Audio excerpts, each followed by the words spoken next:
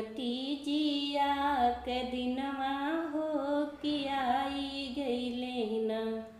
पावन तीजिया के दिनवा हो कि आई गईले ना। माटी के मूर्तिया बनावा मोर सखिया हो कि चला चलीना। पूजे गौरी के सजनवा हो कि चला चलीना। पूजे गौरी के सजनवा हो कि चला चलीना। धूप दीप पान फूल बेल के पाती और धतुरवा लेके चला चलीना। शिव के करे पूजनवा हो कि चला चलीना। शिव के करे पूजनवा हो कि चला चलीना।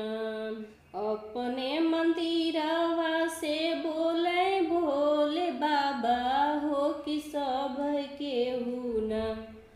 मांगाय अपना मंगनवा हो कि सब केहू ना। मांगा अपना मंगनवा हो कि सब केहू ना।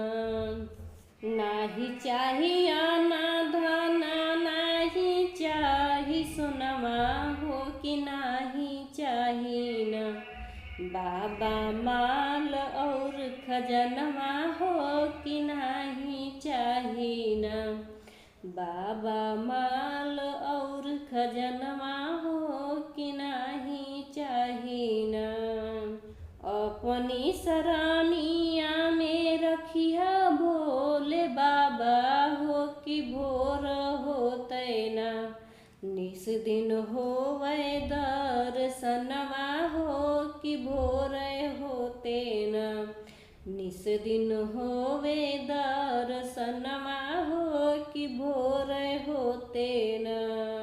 हमरे सजनवा के लंबी उमरिया हो कि देदा बाबा ना।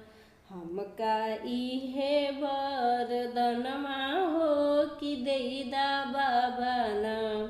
हमके इहे वरदनवा हो कि देदा बाबा ना। बरसा करी तू लागल भादो के महीनवा हो कि आई गईले ना।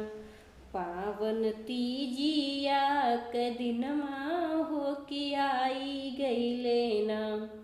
पावन तीजिया के दिनवा हो कि आई गईले ना।